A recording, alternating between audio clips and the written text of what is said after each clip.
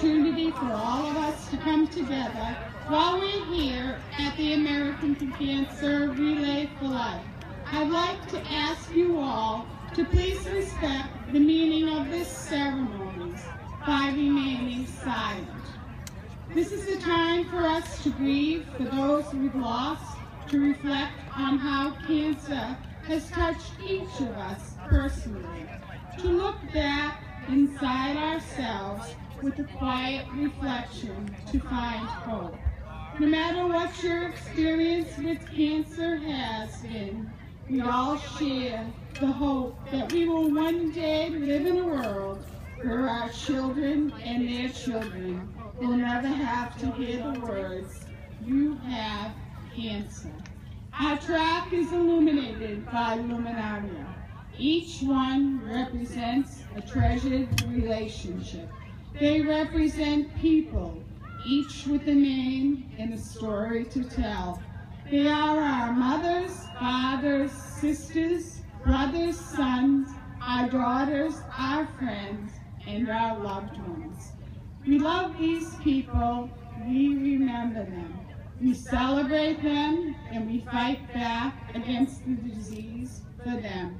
As the luminaria glow throughout the night, they represent our shared vision for a cancer-free future. At this time, I would like to introduce Devin Govia, our luminaria and lead guest speaker this evening. Devin just completed her sophomore year at Villanova University as a nursing major. Not only is Devin a member of our event leadership team, but she also is a member of the Villanova Relay.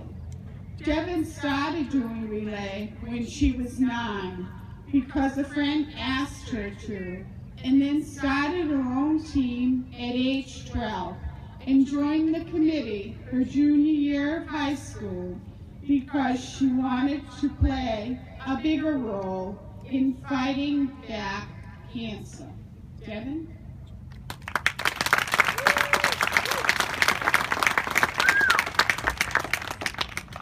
Hi everyone, and thank you for coming to Relay for Life. It's really great to see so much support in Wakefield for a meaningful cause that's so close to my heart. So as Elaine said, I've been participating in Relay for Life for 10 years, which is more than half my life. I started as a member of my friend's team when I was 9 because she convinced me that it was a fun night for a good cause. We started our own team that next year with all of our friends, and I continued as just a participant and team captain until my junior year of high school, when I decided to join the committee because I wanted to play a bigger role in the fight against cancer. Ironically enough, in December of that year, 2011, my mom was diagnosed with stage 4 colon cancer. It was stage 4 because the cancer had spread, meaning that the doctors had found spots on her liver and her lungs. She had been feeling sick and having intense abdominal pain for a few months beforehand, but a tumor was the last thing my family expected was the cause. Her doctors started her on chemotherapy treatments in January of 2012. She received chemo 3 days in a row every week.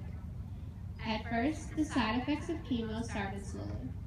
She would come home from treatments in the afternoon exhausted, so she would head to bed, usually for the night. But on her days off from treatment, she was back to normal, up and moving about the house like she always did. However, the constant week after week started to take its toll. Instead of just being tired on days when she was receiving chemo, she started becoming tired every day. She would sleep every day for hours on end, and there were some days where I didn't even see her because she was so exhausted. This was such a drastic change for me and my family. My mom was always up at 6 a.m., ready to send my sister and me off to school, and she was always waiting for us when we got home at 2:30, excited to hear about our days. Now my sister and I barely saw her. This continued for months until she had to stop chemo treatments in June because her platelet counts were low. Selfishly, I was excited about this. My mom wasn't as tired anymore, and we got to spend as much time together as we did before the chemo started. We even took a family vacation in July, something we couldn't even think of when she was on treatment. Once we got back from our trip, it was time for my mom to start chemo again. However, the treatment she was originally on stopped working. The tumor wasn't shrinking, and the spots they found in her liver and lungs were growing rather than disappearing. So, in September of my senior year, it was time to start option number 2. She was on this treatment for a few months until, yet again, it stopped working. As there were only 3 types of chemo for her specific diagnosis, we were down to our last option. This was in early December, meaning that she was extremely sick for the holidays. At this point, she was never really out of bed. The only opportunity I had to see her was when she happened to be awake, and I could sit on her bed and talk to her for a few minutes before she dozed off again. As you may have guessed from the developing pattern, the third and final chemotherapy option stopped working very quickly. My family now had little hope. The doctors at Mass General Hospital told us that there was nothing else they could do for my mom, diagnosing her as terminally ill in January of 2013. This was a huge emotional blow for my mom and for my family. As much pain as my mom was in, and as much as we didn't want her to suffer, we were not ready to lose her. The doctors provided us with a hospice nurse who was able to come to our home to provide palliative care for my mom. Hospice installed a hospital bed in our room in our house in order to help us get my mom into and out of bed, which, if you knew my mom, you knew she was too stubborn to actually use. At this stage in her disease, she was so weak and in so much pain that she could barely move or think straight. The pain affected her mind so much that sometimes she forgot simple things about me, like my age, my birthday, and my hobbies. This is something I hope no one else has to go through. It is extremely heartbreaking, not only for personal reasons, but because it showed just how much pain my mom was in and how there was nothing I could do to help. My dad tried everything he could to find someone who could treat my mom.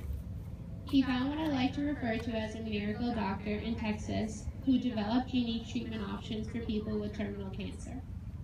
My dad flew it alone to see him in the middle of February because my mom was too sick to join, to see if he had any treatment options available for my mom's type of cancer. Luckily, he was able to come up with one. However, my mom was too sick at the moment to fly down for treatment, and the treatment was too expensive for my family to afford. To help us, our insanely generous family and friends quickly organized a fundraiser to be held in March to gain money for my parents' trip to save my mom's life. On February 14th, a few days after my dad got back from Texas, I traveled to Disney with Wakefield House Music Department for a big trip that we take every 4 years. I was very hesitant to go because I didn't want to spend time away from my mom. However, my mom and dad both told me that they didn't want me to miss the trip because they wanted me to enjoy myself. And I did for a few days. However, on February 18th, I tried to get in touch with my dad all day, but he was hard to reach. When he did answer my texts, they were brief and almost distant. I immediately knew something was wrong. I kept asking him to call me when he was free because I needed to know what was going on. I was right in front of the ball at Epcot when he finally called me. As soon as I answered, I asked him what was wrong.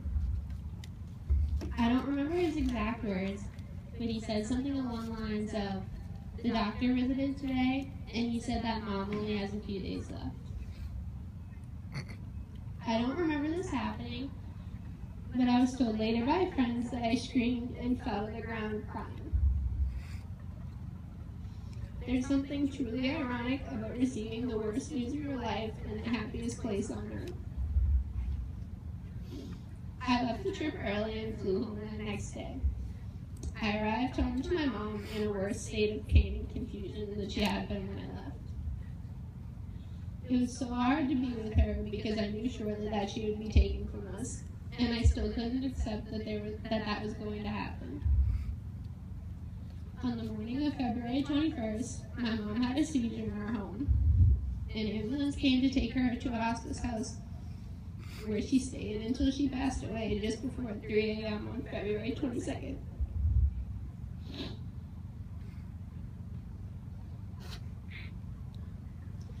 My mom was the best person I've ever had the pleasure of knowing. She did not deserve to suffer with all the hardships she was dealt, but she did, giving cancer a run for its money. Unfortunately, cancer won the long-term battle. And this is why I relay. So hopefully one day, no one else will have to suffer the way my mom did. So no child will have to go through life without a parent. So no parent will ever have to bury their child. And so no one will have to live in fear of losing their life or losing a loved one to cancer. It is imperative that we work together to keep fundraising and fighting, so one day we can beat this disease. One day we will be able to say that we live in a world in which there is a cure for cancer. I hope that that day comes soon, but for now, as the American Cancer Society says, let's work to create a world with more birthdays. Thank you.